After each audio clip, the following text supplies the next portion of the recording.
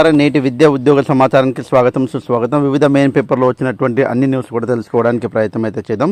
మొదటిసారి వీడియో చూస్తున్నటువంటి ఆస్పిరెంట్స్ ఎవరైతే ఉన్నారో తప్పకుండా తంబు సింబల్ పైన ప్రెస్ చేసి లైక్ చేస్తారని, అదేవిధంగా సబ్స్క్రైబ్ చేసుకుంటా మనస్ఫూర్తిగా కోరుకుంటూ, చాలామంది చూస్తున్నారు కానీ లైక్ ఇవ్వడం లేదు. తప్పకుండా లైక్ చేస్తే మనస్ఫూర్తిగా కోరుకుంటూ మొదటి అప్డేట్లోకి వెళ్ళిపోయినట్లయితే, మెయిన్గా చూసినట్లయితే ఇక్కడ మొదటి అప్డేట్లోకి వెళ్ళిపోయినట్లయితే విఆర్ఓ విఆర్ఏలకు జీపీఓ పరీక్ష. కాబట్టి ఎవరైతే పాత విఆర్ఏ వాళ్ళు ఉన్నారో, అదేవిధంగా విఆర్ఓ వాళ్ళు ఉన్నారో వాళ్ళకు తప్పకుండా పరీక్ష పెట్టాలనేటువంటిది.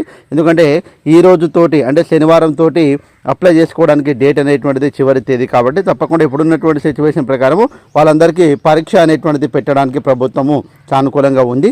అయితే పరీక్ష పెట్టి అదేవిధంగా వాళ్ళకు సర్వీస్ అనేటువంటిది జీరో సర్వీస్ చేస్తే చాలామంది రాకపోవడం అనేటువంటి జరగవచ్చు. కాబట్టి 10,954 ఏవైతే పోస్టులు ఉన్నాయో గ్రామ పంచాయతీ ఆఫీసర్స్ తప్పకుండా డైరెక్ట్ రిక్రూట్మెంట్ అనేటువంటిది చేస్తేనే చాలామంది నిరుద్యోగ అభ్యర్థులకు న్యాయం అనేటువంటి జరుగుతుంది. కాబట్టి ఆ రకమైనటువంటి పోస్టుల కోసం చాలామంది నిరుద్యోగులు ఎప్పటి నుంచో ఎదురు చూస్తున్నారు. కాబట్టి తప్పకుండా 100% అయితే డైరెక్ట్ రిక్రూట్మెంట్కు అధికంగా ఒక 6,000 దాకా పోస్టులు ఉండడానికి అవకాశం అయితే ఉంటుంది. నేను ఒకటి చెప్తున్నది ఏంటంటే, జీరో సర్వీస్ అనేటువంటిది చేస్తే ఎవరు రారండి. ఎందుకంటే వాళ్ళది 5, 6, 7 సంవత్సరాలకు వెళ్ళి వాళ్ళు చేస్తూ ఉన్నారు. జీరో సర్వీస్ చేస్తే మళ్ళీ మొదటికి వస్తుంది. కాబట్టి తప్పకుండా రాకపోవడానికి అవకాశం ఎక్కువగా ఉంటుంది. సో ఏది ఏమైనా తప్పకుండా అయితే ఇప్పుడున్నటువంటి సిచ్యువేషన్ ప్రకారం అయితే చాలామంది మనకు తెలిసిన వాళ్ళు ఉన్నారు, వాళ్ళకి అడిగితే అన్న జీరో సర్వీస్ చేస్తున్నారు కాబట్టి మేము వెళ్ళలేమని అని చెప్తూ ఉన్నారు. సో ఏది ఏమైనా తప్పకుండా అయితే పరీక్ష పెట్టి తీసుకోవడం అనేటువంటి జరుగుతుంది. కాబట్టి ఆ పరీక్షలో మేము చదివేది ఏంది, మేము రాసేది ఏందని కూడా చెప్తూ ఉన్నారు. సో ఏది ఏమైనా తప్పకుండా అయితే నిరుద్యోగ అభ్యర్థులకు న్యాయం చేసేటట్టుగా ఉండాలి మనస్ఫూర్తిగా కోరుకుందాం. అదే రకంగా 2003 డిఎస్సి టీచర్లకు పాత పెన్షను.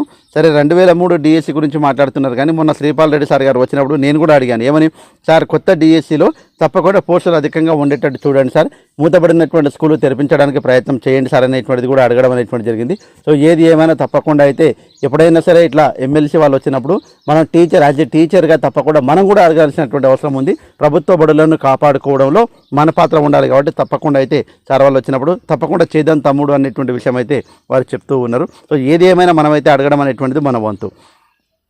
ఒక పేపర్కు బదులు మరో ప్రశ్నాపత్రము, పొరపాటు జరిగింది ఇక్కడే, ఇంటర్ పరీక్షల్లో ఘోర తప్పిదము, ఓల్డ్ వర్షన్కు బదులు న్యూ వర్షన్ ప్రశ్నల పత్రం ఇచ్చిన వైనం, 800 విద్యార్థుల ఫలితాలు నిలిపివేత. సో ఏది ఏమైనా తప్పకుండా అయితే ఇది బాధాకరమైనటువంటి విషయము. తప్పకుండా అక్కడ ఇంగ్లీష్కి సంబంధించినటువంటి మనకు క్వశ్చన్ పేపర్ అట్లా కావడం అనేటువంటిది జరిగింది. జూన్ 3 నుంచి జోసో కౌన్సిలింగ్, అదేవిధంగా మే 18న జేఈ అడ్వాన్స్ పరీక్ష అనేటువంటిది ఉంటుంది. రేపు మోడల్ స్కూల్ ప్రవేశ పరీక్ష, 40,332 మంది దరఖాస్తులు. ఇంకా మోడల్ స్కూల్లో కూడా తప్పకుండా 1,300 పైచలకు ఉన్నటువంటి ఖాళీలను తప్పకుండా రాష్ట్ర ప్రభుత్వము భర్తీ చేయాలని మనస్ఫూర్తిగా కోరుకుంటున్నాము. డిఎస్సితో పాటు చాలామంది అభ్యర్థులు దీనికోసం కూడా వెయిట్ చేస్తూ ఉన్నారు.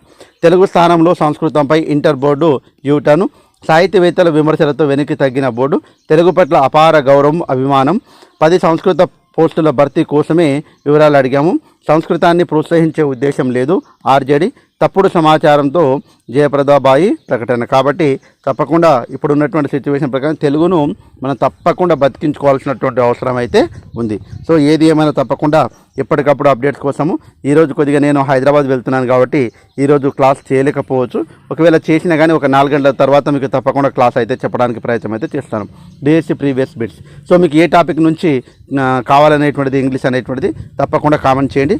జనరల్ ఇంగ్లీష్ అనేటువంటిది పూర్తి కంప్లీట్ అనేటువంటిది చేసాం మనము.